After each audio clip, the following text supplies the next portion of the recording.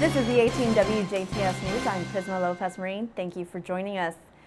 The blueprint for both Barry Dunlop and Josh Permuda, who introduced Brew Cafe and Restaurant on Labor Day earlier this week. Business partner Dunlop from the country of Ireland and Permuda from Ohio met through their spouses, both from Jasper. Dunlop elaborates on blending both his catering crafts with Permuda's coffee brewing skills to conceptualize brew. This started a while ago when I first moved to Jasper just about a year ago.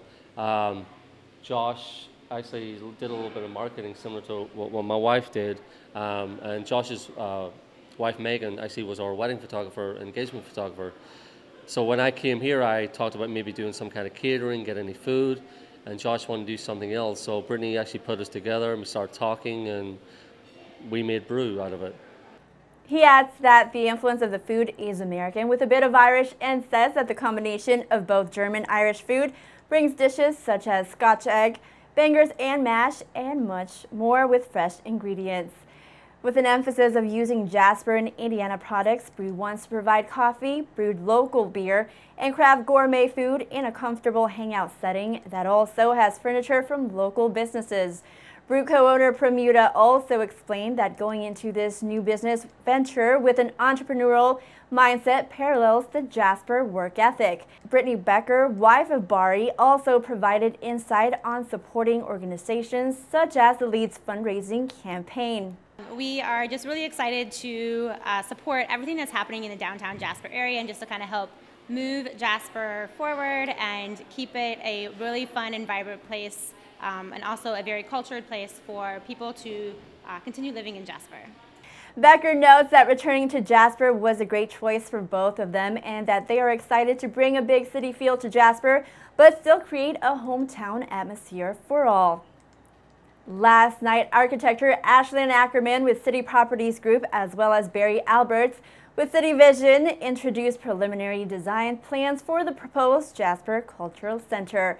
Members of the general public, along with the Jasper Public Library Board and Jasper Arts Commission, filled the council chambers of Jasper City Hall as the presentation were made. It was emphasized that these are schematic designs, not final designs, but designs that show some direction of what could possibly be accomplished for the center. Plans for the $7.4 million project, including high ceilings, open spaces with windows for natural light access, shared spaces, and open rental spaces for the public use for special occasions, creating a community gathering place.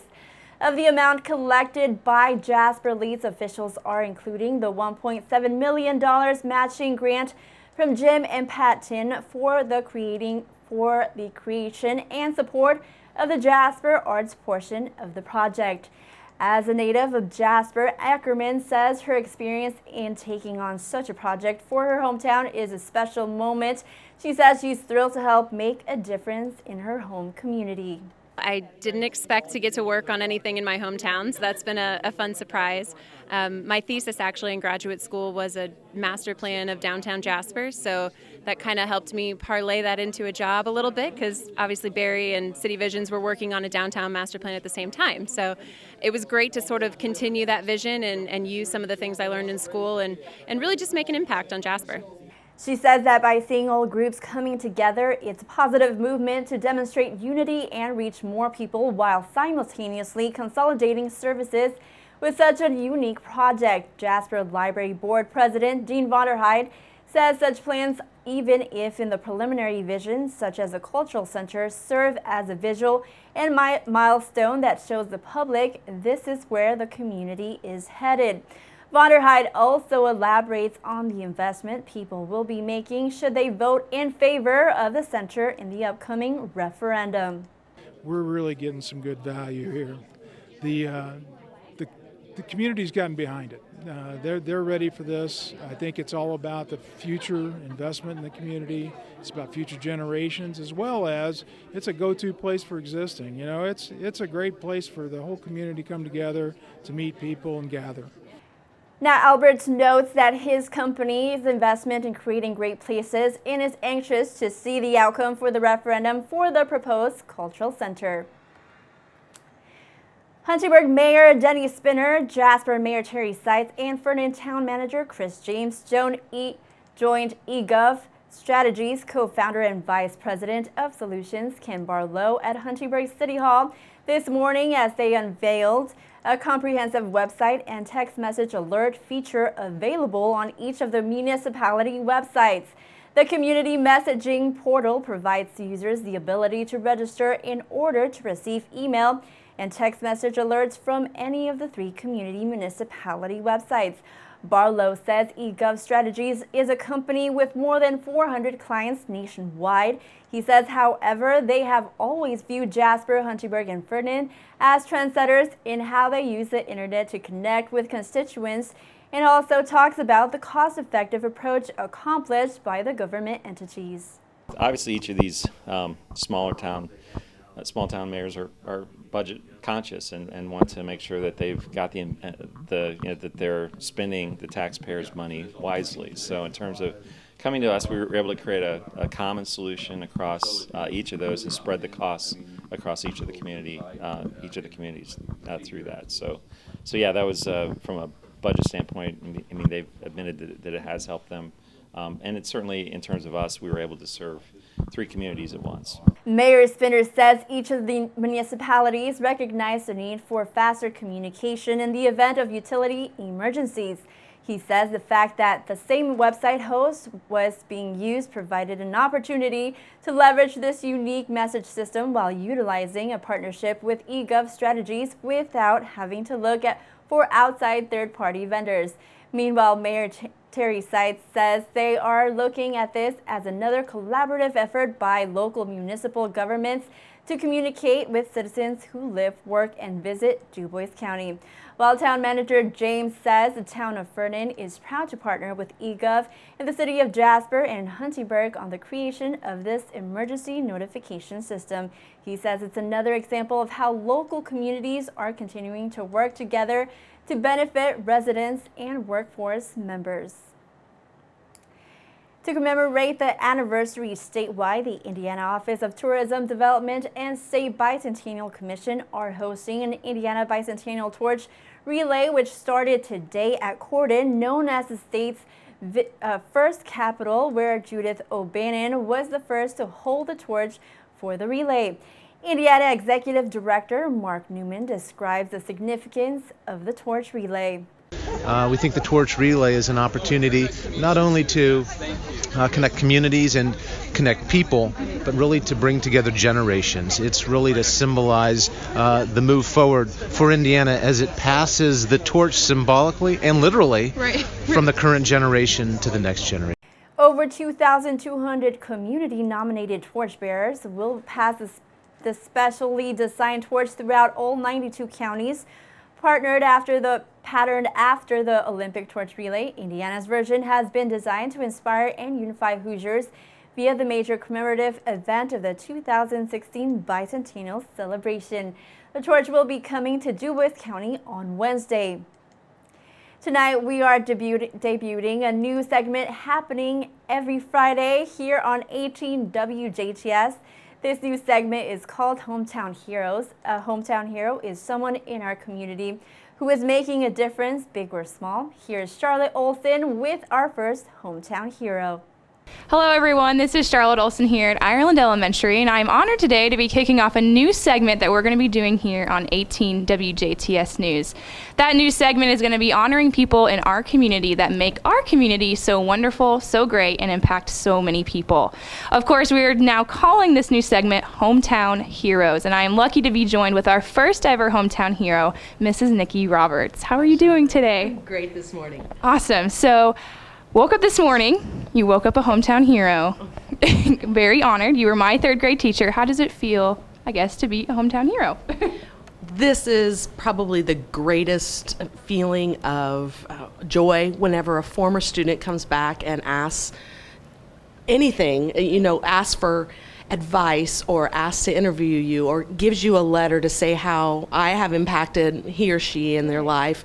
I've had a few students come back and do that, and it's just, it makes my heart pitter patter, and it gives me goosebumps, and it just makes me feel good about what I have done. Well, Absolutely. Yeah, definitely. You impacted me. I remember several memories being in third grade, even though it was a while ago, but still lots of memories. So why teaching? What drove you to teach? Well, when I graduated from high school, I definitely was not going to go into teaching. My mother was a physical education teacher, and I knew when she came home, that it was a tough day dealing with kids all day long and their problems and their parents, and trying to find a way to get everybody to agree on what a child should do or how they should behave is hard because everybody has different opinions. So I went to Purdue. I graduated from Purdue in communications. Awesome, you're no stranger. Right, public relations. And I got a job. And I worked at that job for about 6 months, and I just wasn't feeling it. I went to the job, and it was a job. Okay. So there was an opening in 10th Street School in Jasper for a substitute teacher. They needed a substitute teacher. And I decided then that I wanted to take that position if they would give it to me. And I took about a 12-week leave as a 4th grade teacher, and I loved it. I went there every morning looking forward to it. I stayed there every night thinking of how I can make my lessons better, how I could get the students more engaged, and I just knew it was for me. So at Christmas time, I decided to re-enroll in college at Oakland City, and after a year and a half, I earned my education degree from Oakland City University. Wow, awesome. So have you been teaching in Jasper the whole time? Yes, I have been. I taught 1 year as 1st grade, and I knew that was not for me. 1st grade is so tough. I tell you what, those kindergarten 1st grade teachers, they have a lot on their plate because the kids have to be taught how to do everything. You take that for advantage, you just don't realize what they don't know. I'll never forget my first year of teaching. I had Abby Beckman, and I told the students that they needed to take their textbooks home and get them covered. We protect the textbooks because they have to last 6 to 8 years. Well, I got a call from Abby's mom, Stacy, and she said, Miss Litherland, which was my maiden name, Abby put her book underneath her bed and covered it up with a blanket. And I started laughing out loud. I'm like, oh my gosh, they took everything literally. These kids take everything literally. What I meant was they were supposed to take it home and put a brown paper bag on it and wrap it up, not put it in their bed or in a blanket. So we got a good laugh out of that. And that's probably one of my favorite memories of all time, of that covering up your books under the bed. I can even remember that. I would go home and color on it. That was like the thing to do. You would color the paper bag you would get from Holiday Foods or something like that. So I can understand that. But so what, you already kind of touched on one of your favorite memories. So what do you look forward to on a daily basis? What kind of keeps you going to bring you in here every day? Right, because some mornings it's not easy to get up. It's dark outside or cold. Right. But when you come in the classroom and you see the kids, good morning, Mrs. Roberts, and good morning. And, then you see some kids that are like, sometimes how I feel, how can I get them pepped up and glad that they are here? Because I see these children for 7 hours a day, probably longer than what their parents actually see them for their school day. So in a way, I'm their teacher, but I'm also their parent, and I want to be a positive influence. I want to be a person that puts a smile on their face. I don't want it to be a drudgery for them. Because instead of a drudgery for them, it's a drudgery for me. School should be fun while we are learning. Absolutely. I totally agree with that. Well, thank you for sitting down with us and telling us about your day and telling about those funny memories that I'm definitely going to take with us. And again, this is Charlotte here for the 18 WJTS News. We're starting off our new segment, which is Hometown Heroes, as I said earlier, which is honoring those in our community who make such a difference in the lives of others. And if you would like to nominate someone for a hometown hero, you can contact me at 812-482-2727, or you can send me an email with the name of your nominee at mailbox@wjts.tv. Again, thank you so much, Mrs. Roberts. Very honored. Appreciate it. Oh, well, thank you. Perfect. And we'll be seeing you guys later on 18 WJTS News. Local people watching, local people. Thank you, Charlotte. It's so wonderful to be showcasing those in our community who make it such a difference and a wonderful place to live here in DuBois County. The information one more time to nominate is by calling 812-482-2727 or by email mailbox@wjts.tv. The 45th annual Turkey Trot is taking place this weekend, today, Saturday, and on Sunday in Montgomery, Indiana. On Thursday, they held the annual celebrity turkey race, and participating for WJTS and WBDC this year was our very own new 18 WJTS news reporter Joy Holt. The annual Turkey Trot is a timed race of jockeys and leashed turkeys competing in a 200 feet dash down a lined dirt track. Jockeys can encourage their turkeys down the track but are not allowed to push, pull, or pick them up. The fun is in watching the battle of wills between men and birds. There are heat races on Friday and Saturday, with the best times competing in a championship race on Sunday at noon. An interview with Dwayne Shake, he shares on his experience with the Turkey Trot. I've been going to the Turkey Trot for many, many years, and this is my 10th year as chairman of the festival. And it's one of my favorites. It always is. Look forward to it every year. But there's a lot of great memories there. You know, you got mud, you got good food, you got tractor pulls, you got live country music entertainment. It's just a good down-home festival that, just can't help but enjoy. It's a good time and should be. It's fun for the whole family. I would also like to say a quick welcome to our new colleague, 18 WJTS news reporter Joy Holt. Stay tuned. Weather and sports still to come on 18 WJTS News.